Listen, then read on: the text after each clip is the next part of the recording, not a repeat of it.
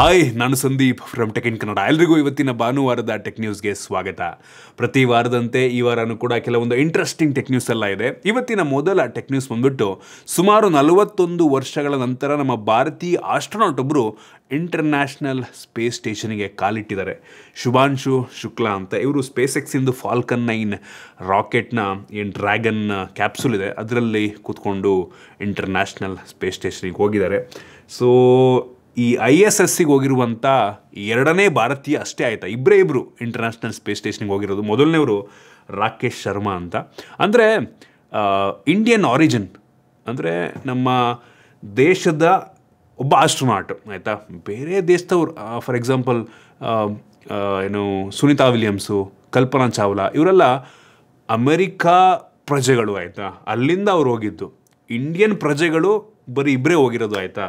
So ಒಂದು ಹೆಮ್ಮೆಯ ವಿಷಯ ಅಂತ ಹೇಳೋದಕ್ಕೆ ಇಷ್ಟಪಡ್ತೀನಿ. ಸೂಪರ್, ಅವರು ಸಕ್ಸಸ್ಫುಲ್ಲಾಗಿ ಅವರ ಮಿಷನ್ನ ಕಂಪ್ಲೀಟ್ ಮಾಡಿ ನಮ್ಮ ಭೂಮಿಗೆ ಲ್ಯಾಂಡ್ ಆಗ್ತಾರೆ ಅಂತ ಅಂದ್ಕೊಳ್ಳೋಣ. ಇನ್ನು ಮುಂದಿನ ಟೆಕ್ ನ್ಯೂಸ್ ಬಂದ್ಬಿಟ್ಟು ವಾಟ್ಸಾಪ್ಗೆ ಒಂದು ಹೆವಿ ಇಂಟ್ರೆಸ್ಟಿಂಗ್ AI ಫೀಚರ್ ಬರ್ತಾ ಇದೆ ಆಯಿತಾ. ಏನಪ್ಪ ಅಂತ ಅಂದರೆ, ನೀವು ಯಾವುದೋ ಒಂದು ಗ್ರೂಪಲ್ಲಿ ಇರ್ತೀರ ಆಯಿತಾ. ಗ್ರೂಪಲ್ಲಿ ಇರ್ತೀರ, ವೆಕೇಷನ್ಗೋ ಎಲ್ಲ ಹೋಗ್ತೀರ. ಸಡನ್ನಾಗಿ ಮತ್ತೆ ಎಷ್ಟೋ ದಿನ ಆದಮೇಲೆ ಇಂಟರ್ನೆಟನ್ನು ಆನ್ ಮಾಡಿದ ತಕ್ಷಣ ಗ್ರೂಪ್ ಮೆಸೇಜ್ ಒಂದೇ ಸಲ ಒಂದು 200 ಮೆಸೇಜ್ ಬಂದ್ಬಿಡುತ್ತೆ.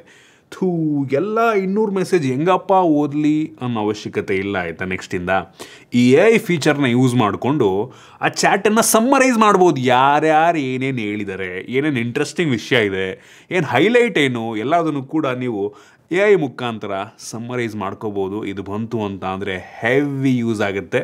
ನಂಗೆ ಗೊತ್ತಿಲ್ಲ ಇದು ಬೇರೆ ಭಾಷೆಗಳನ್ನು ಸಪೋರ್ಟ್ ಮಾಡುತ್ತಂತ. ಏನಾದ್ರು ಕನ್ನಡದಲ್ಲಿ ಟೈಪ್ ಮಾಡಿದ್ರೆ ಅದನ್ನು ಸಪೋರ್ಟ್ ಮಾಡುತ್ತಾ, ಅದನ್ನು ಅರ್ಥ ಮಾಡ್ಕೊಳುತ್ತಾ ಸರಿಯಾಗಿ, ಇನ್ನೂ ಗೊತ್ತಿಲ್ಲ. ಬಂದ ಮೇಲೆ ಗೊತ್ತಾಗುತ್ತೆ. ನಾನಂತೂ ಹೆವಿ ಎಕ್ಸೈಟ್ ಆಗಿದ್ದೀನಿ. ಮೆಟಾ AIನ ಯೂಸ್ ಮಾಡಿಕೊಂಡು ಇದು ಸಮ್ಮರೈಸನ್ನು ಮಾಡುತ್ತೆ ಆಯಿತಾ. ಸೊ ಅದೇನು ಮಾಡುತ್ತೆ ಅದು ಬರೀ ನಿಮಗೆ ಮಾತ್ರ ಕಾಣ್ತಿರುತ್ತೆ, ಗ್ರೂಪಲ್ಲಿ ಬೇರೆ ಯಾರಿಗೂ ಕಾಣ್ತಿರಲ್ಲ. ಸೊ ಹೆವಿ ಯೂಸ್ ಆಗುವಂಥ ಫೀಚರ್ ನೋಡೋಣ ಯಾವಾಗ ಬರುತ್ತೆ. ಮೋಸ್ಟ್ಲಿ ಬೀಟಾದಲ್ಲಿ ಆಲ್ರೆಡಿ ಬಂದಿರುತ್ತೆ ಆಯಿತಾ. ಸೊ ನೋಡಿ ಒಂದು ಸಲ ಚೆಕ್ ಮಾಡಿ. ಇನ್ನು ಮುಂದಿನ ಟೆಕ್ ನ್ಯೂಸ್ ಬಂದ್ಬಿಟ್ಟು ವಾಲ್ಮಾರ್ಟಿಂದು ಫೋನ್ಪೇ ಏನಿದೆ, ಅಂದರೆ ಫೋನ್ಪೇ ಮುಂಚೆ ಫ್ಲಿಪ್ಕಾರ್ಟ್ ಇಂಡಿಯನ್ ಕಂಪ್ನಿ ಓನ್ ಮಾಡ್ತಾಯಿತ್ತು. ಆಮೇಲೆ ಫ್ಲಿಪ್ಕಾರ್ಟ್ ಮತ್ತು ಫೋನ್ಪೇನ ಅಮೆರಿಕಾದ ವಾಲ್ಮಾರ್ಟ್ ಕಂಪನಿ ಟೇಕ್ ಓವರ್ ಮಾಡುತ್ತೆ.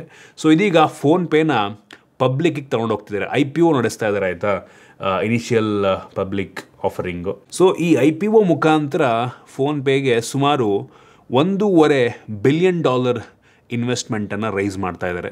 ಸೊ ಸುಮಾರು 12,000 ಕೋಟಿ ದುಡ್ಡನ್ನು IPOಯಿಂದ ತೊಗೋತಾ ಇದ್ದಾರೆ. ಸೊ ಈ IPO ಆದಮೇಲೆ ಈ ಫೋನ್ಪೇದು ವ್ಯಾಲ್ಯೂಯೇಷನ್ನು $15 ಬಿಲಿಯನ್ ಆಗುತ್ತಂತೆ. $15 ಬಿಲಿಯನ್ ಅಂತ ಅಂದರೆ ಕ್ಲೋಸ್ ಟು 1,20,000 ಕೋಟಿ. ಗೊತ್ತಿಲ್ಲ ಅಷ್ಟು ವರ್ತಿದೆಯಾ ಏನು ಅಂತ. ಒಟ್ಟಿಗೆ 1,20,000 ಕೋಟಿ ಅಪ್ರಾಕ್ಸಿಮೇಟ್ ಇದು ಆಯಿತಾ. ಕ್ರೇಜಿ. ಇನ್ನು ಮುಂದಿನ ಟೆಕ್ ನ್ಯೂಸ್ ಬಂದ್ಬಿಟ್ಟು ರಿಪೋರ್ಟ್ನ ಪ್ರಕಾರ, ಇದೆಷ್ಟು ನಿಜ ಅಂತ ಗೊತ್ತಿಲ್ಲ, ಮುಂದಿನ ವರ್ಷ ಲಾಂಚ್ ಆಗುವಂಥ iPhone 18 ಸೀರೀಸ್ನಲ್ಲಿ ಬೇಸ್ ಮಾಡೆಲ್ ಲಾಂಚ್ ಆಗಲ್ವಂತೆ. iPhone 18 launch ಆಗಲ್ವಂತೆ.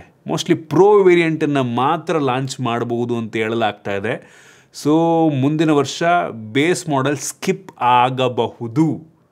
ಇಲ್ಲ iPhone 18 ಏರ್ನೇ ಬೇಸ್ ಮಾಡೆಲ್ ಮಾಡಬಹುದೇನೋ ಗೊತ್ತಿಲ್ಲ. ಸೊ ಈ ರೀತಿ ಕೆಲವೊಂದು ರಿಪೋರ್ಟ್ಗಳು ಬರ್ತಾ ಇದೆ. ಎಷ್ಟು ನಿಜ ಅಂತ ಗೊತ್ತಿಲ್ಲ.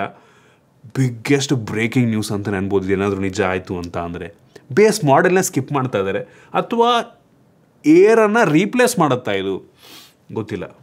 ಸೊ ನೋಡಬೇಕಾಗಿದೆ ಏನಾಗುತ್ತೆ ಅಂತ. ಇನ್ನು ಮುಂದಿನ ಟೆಕ್ ನ್ಯೂಸ್ ಬಂದ್ಬಿಟ್ಟು ಸ್ಯಾಮ್ಸಂಗ್ ಅವ್ರದ್ದು ಒಂದು ಹೊಸ ಫ್ಲ್ಯಾಗ್ಶಿಪ್ ಪ್ರೊಸೆಸರ್ನ ಲಾಂಚ್ ಮಾಡಿದ್ದಾರೆ. ಎಕ್ಸಿನೋಸ್ 2500. ಇದು ಒಂದು ಲೆವೆಲ್ಗೆ ಪವರ್ಫುಲ್ ಆಗಿರುವಂಥ ಪ್ರೊಸೆಸರ್ ಆಯಿತಾ. ಅಂತೂ ಬೆಂಚ್ ಮಾರ್ಕ್ನಲ್ಲಿ ಸುಮಾರು 22-23 ಲಕ್ಷ ರೇಟಿಂಗನ್ನು ಕೊಡುತ್ತೆ.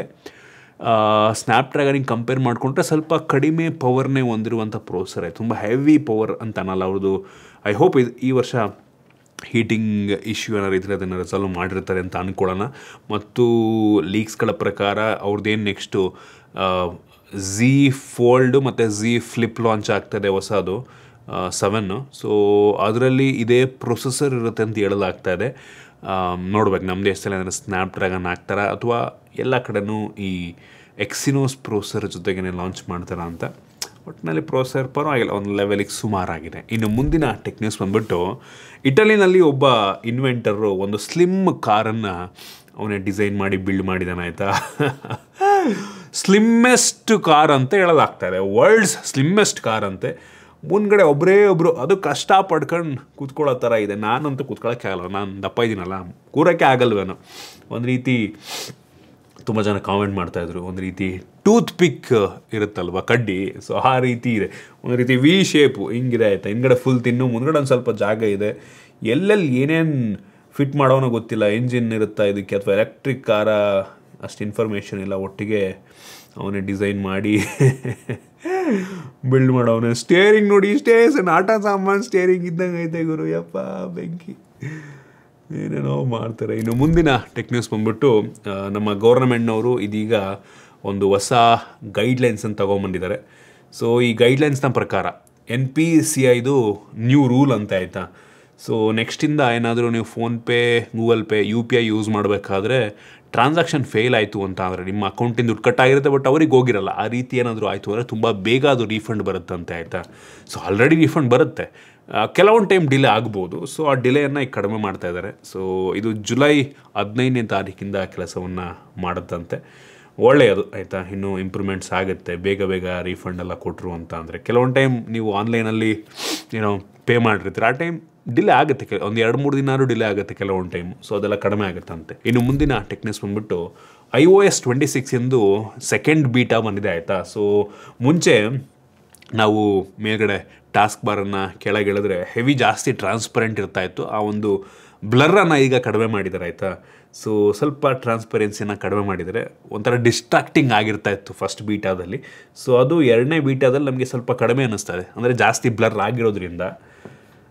ನಂಗೆ ಅನ್ನಿಸ್ತಂಗೆ ಸೆಕೆಂಡ್ ಒನ್ನೇ, ಅಂದರೆ ಈಗ ರೀಸೆಂಟ್ ಬೀಟಾನೇ ಮಚ್ ಬೆಟರ್ ಅಂತ ಅನ್ನಿಸ್ತಾ ಇದೆ. ಇನ್ನೂ ಇಂಪ್ರೂವ್ಮೆಂಟ್ಸ್ ಆಗುತ್ತೆ ನೆಕ್ಸ್ಟು. ಫೈನಲ್ ವರ್ಷನ್ ಬರೋಷ್ಟರಲ್ಲಿ ಫುಲ್ ಸಖತ್ತಾಗಿ ಕಾಣೋ ಥರ ಬರ್ಬೋದು ನಂಗೆ ಅನ್ನಿಸ್ತಂಗೆ. ಇನ್ನು ಮುಂದಿನ ಟೆಕ್ ನ್ಯೂಸ್ ಬಂದ್ಬಿಟ್ಟು, ಕನ್ಫರ್ಮ್ ಆಗಿದೆ ಸ್ಯಾಮ್ಸಂಗ್ ಅವ್ರದ್ದು ಈ Z Fold ಮತ್ತು Z Flip 7 ಎರಡೂ ಕೂಡ ಜುಲೈ 9ನೇ ತಾರೀಕು ಲಾಂಚ್ ಆಗ್ತಾಯಿದೆ.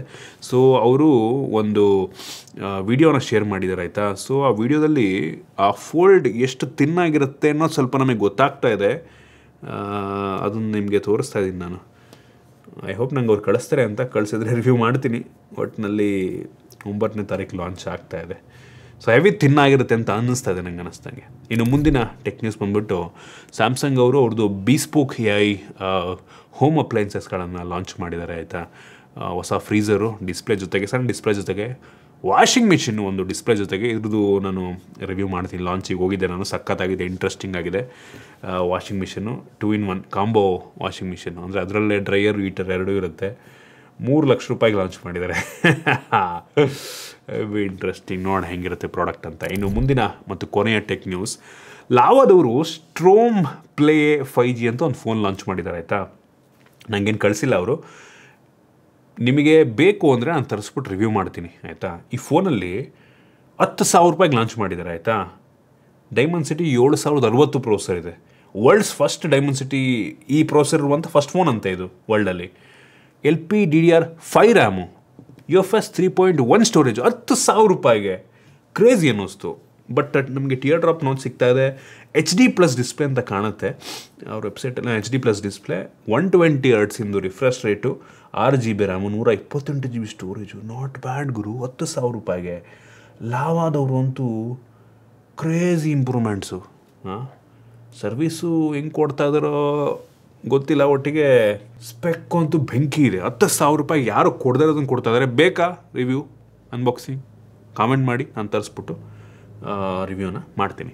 ಸೊ ಎಷ್ಟು ಇವತ್ತಿನ ಟೆಕ್ ನ್ಯೂಸ್. ಐ ಹೋಪ್ ನಿಮಗೆ ಇವತ್ತಿನ ಟೆಕ್ ನ್ಯೂಸಲ್ಲಿ ಕೆಲವೊಂದು ಹೊಸ ವಿಷಯ ತಿಳೋಕ್ಕೆ ಸಿಕ್ಕಿದೆ ಅಂತ ಅನ್ಕೋತೀನಿ. ಇಷ್ಟ ಆಗಿದ್ದರೆ ಲೈಕ್ ಮಾಡಿ, ಶೇರ್ ಮಾಡಿ. ಇದೇ ರೀತಿ ನಮ್ಮ ಬೇರೆ ವೀಡಿಯೋಗಳಿಗೆ ನಮ್ಮ tech in Kannada YouTube channel subscribe ಮಾಡ್ಕೊಂಡಿಲ್ಲ ಅಂದರೆ ಈಗಲೇ ಸಬ್ಸ್ಕ್ರೈಬ್ ಮಾಡ್ಕೊಳ್ಳಿ ಮತ್ತು ಬೆಲ್ ಐಕನ್ ಕೂಡ ಕ್ಲಿಕ್ ಮಾಡ್ಬೋದು. ಸಿಗೋಣ ಮತ್ತೆ ಮುಂದಿನ ವೀಡಿಯೋದಲ್ಲಿ.